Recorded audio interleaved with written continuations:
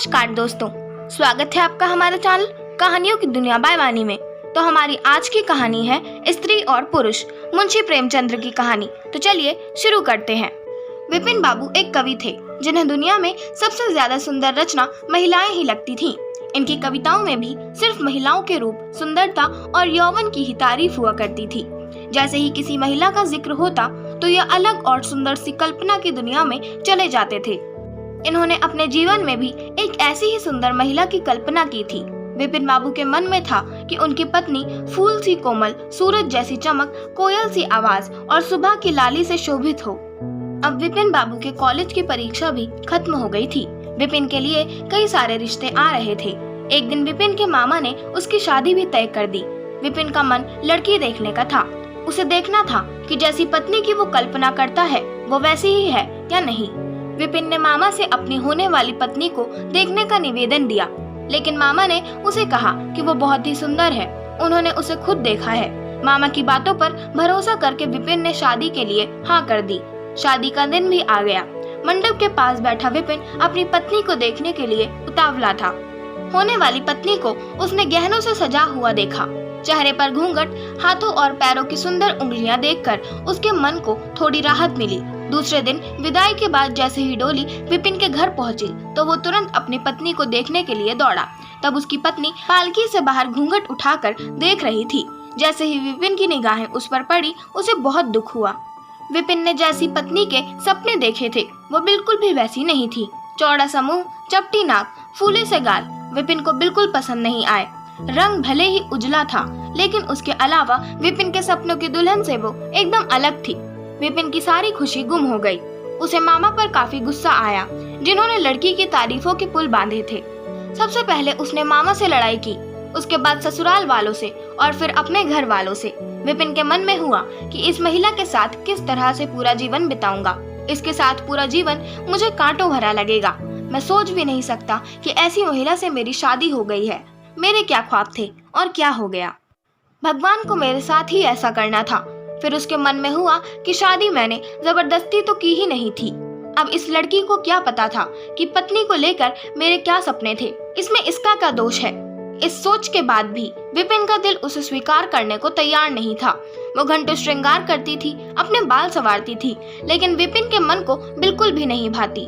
विपिन हरदम उससे दूर भागता था और उसकी पत्नी पूरे भाव के साथ उसकी सेवा करना चाहती थी। होते होते विपिन घर में पल भर भी नहीं टिकता था। जब भी विपिन की पत्नी आशा उससे कुछ बातें करने की कोशिश करती थी, उसे दो खरी खोटी सुना देता था। विपिन रोज दोस्तों के साथ बाहर जाता और पत्नी घर में उसका इंतजार करती रह जाती। काफी दिनों के बाद जब विपिन घर खाना खाने के लिए आया तो आशा ने कहा कि आप मेरी वजह से घर में रहना ही छोड़ देंगे क्या। विपिन ने मुंह मोड़ते हुए जवाब दिया, घर में ही तो रहता हूँ, बस आजकल नौकरी ढूंढने के लिए ज्यादा दौड़ भाग करनी पड़ रही है। आशा ने कहा, मैं खूब जानती हूँ कि आप घर में क्यों नहीं टिकते हैं। आप किसी डॉक्टर से बात करके मेरा चेहरा वैसे क्यों नहीं बना देते जैसा आप चाहते हैं। विपिन से चिढ़ते हुए कहा, क्यों तुम बेवजह फिजूल की बातें कर रही हो। तुम्हें यहाँ आने के लिए किसने कहा। उसकी पत्नी ने पूछा, जब आपको किसी चीज से परेशानी है तो उसका इलाज भी करना होगा ना। विपिन बोला, भगवान जिस काम को नहीं कर पाया उसे मैं कैसे कर दूंगा। गुस्से में आशा कहने लगी, इसके बारे में आपको सोचना चाहिए कि भगवान ने जो किया है उसके लिए मुझे सजा क्यों मिले। इस तरह की सूरत वाले लोग दुनिया में हैं, लेकिन उनके पति ऐसा व्यवहार उनसे नहीं करते। विपिन ने झल्लाते हुए जवाब दिया कि क्या मैं तुमसे कोई गलत व्यवहार करता हूँ। क्या कभी मैंने तुमसे लड़ाई की है। तुम ही मेरे सामने आकर मुझसे बहस करने लगती हो। ये सब सुनकर आशा वापस चली गई। उसे लगा कि इन्होंने मेरे प्रति अपना दिल पत्थर का बना लिया है। अब ये मेरी एक नहीं सुनेंगे। इधर विपिन का ऐसा रवैया देखते देखते आशा बीमार हो गई। वो अपनी जिंदगी से निराश थी। उधर बीमार आशा को देखने विपिन एक बार भी नहीं गया। उसके मन में था कि इसे कुछ हो जाए तो इस बार अपनी पसंद की लड़की से शादी कर लूंगा। अब तो विपिन को और भी छूट मिल गई थी। पहले कभी कभी आशा रोकती टोकती और बाहर जाने की वजह पूछ लेती, लेकिन अब विपिन पूरी तरह से आजाद था। गलत आदतों में पड़कर विपिन सिर्फ अपने पैसे ही बर्बाद नहीं कर रहा था, बल्कि सेहत और चरित्र सब कुछ खो रहा था। होते होते विपिन का पूरा शरीर पीला और कमजोर पड़ने लगा। शरीर में सिर्फ हड्डियां ही नजर आ रही थीं और आंखों के आसपास काले घेरे व गड्ढे पड़ गए थे। अपने चेहरे को देखकर रोज विपिन उसे संवारने की कोशिश करता, लेकिन कुछ हो नहीं पाता। एक दिन महीनों से बीमार पड़ी आशा बरामदे के पास चारपाई पर लेटी थी। उसने विपिन को काफी समय से नहीं देखा था, इसलिए किसी से विपिन को बुलावा भेजा। आशा के मन में था कि बुलावा तो भेज दिया है, लेकिन वो आएंगे नहीं। आशा को बुलावा मिलने पर आज विपिन पहले की तरह झल्लाया नहीं। वो बिना संकोच किए आज आशा के पास जाकर खड़ा हो गया। जैसे ही आशा ने उसे देखा तो हैरान हो गई। उसने पूछा, क्या आप बीमार हैं? बहुत दुबले हो गए हैं और पहचान में भी नहीं आ रहे हैं। विपिन ने कहा, जिंदा रहकर भी अब क्या करना है। आशा ने नाराज होते हुए विपिन का हाथ पकड़कर चारपाई पर बैठा दिया और बोली, दवाई क्यों नहीं करते? आज आशा के इस तरह खींचने पर विपिन नाराज नहीं हुआ। उसके व्यवहार में वो कड़वाहट नहीं थी, उसका गुस्सा जैसे पिघल गया था। चारपाई में बैठते ही विपिन ने जवाब दिया, अब दवाई से मेरा कुछ नहीं होगा, मौत ही मुझे अपने साथ लेकर जाएगी। मैं ऐसे तुम्हें दुख देने के लिए नहीं कह रहा हूँ, मैं भयंकर रोग से ग्रस्त हूँ और अब मैं बच नहीं सकता।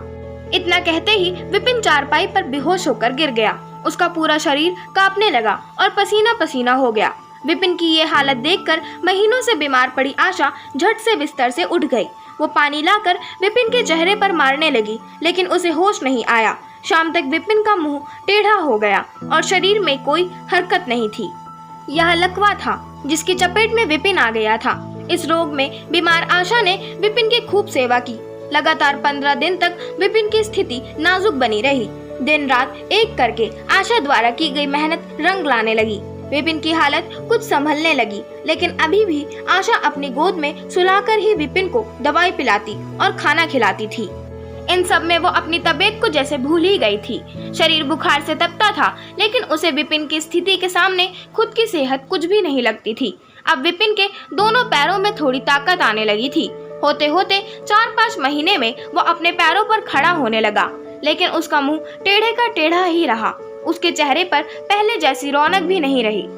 एक दिन अपना चेहरा शीशे में देखने के बाद विपिन ने कहा कि मुझे भगवान ने अपने किए की सजा दी है।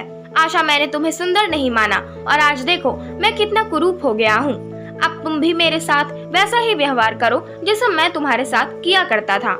आशा ने हंसते हुए पति से कहा, आप मेरी आंखों से देखेंगे तो पता चलेगा कि आप में कोई अंतर नहीं आया है। आप पहले जैसे थे अब भी वैसे ही हैं। विपिन बोला, अच्छा, बंदर जैसा मुंह दिख रहा है और तुम कहती हो कोई अंतर नहीं आया है। तुम्हें मालूम है ना, भगवान ने मुझे मेरी करनी की सजा दी है। सबने खूब जतन किए, लेकिन विपिन का मुंह सीधा नहीं हो पाया। पति के पैर पर खड़े होने के कुछ समय बाद ही आशा ने घर में पूजा रखी, क्योंकि उसने भगवान से विपिन के लिए मन्नत मांगी थी। पूरे मोहल्ले के लोग विपिन के घर में जमा थे। भजन संगीत चल रहा था। तभी आशा की एक दोस्त ने उससे पूछा, अब तो तुझे अपने पति का चेहरा देखने की इच्छा नहीं होती होगी, कैसे टेढ़ा सा मुंह हो गया है। गंभीर आवाज में आशा बोली, मुझे तो कुछ फर्क नजर नहीं आता है। उसकी दोस्त ने पलट कर कहा, चल झूठी, ऐसा थोड़ी ना होता है, बातें मत बना ज्यादा।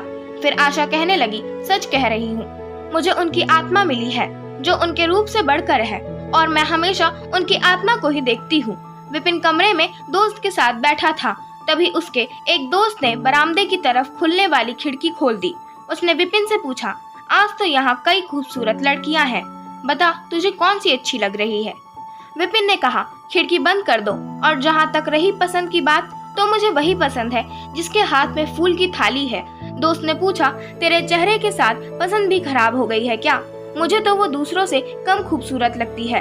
विपिन बोला, मैं उसकी आत्मा को देख रहा हूँ, वो हर किसी की सूरत से ज्यादा सुंदर है। तब उसने पूछा, अच्छा, यही तुम्हारी पत्नी है क्या? विपिन ने कहा, हाँ बिल्कुल, यही वो देवी तुल्य महिला है।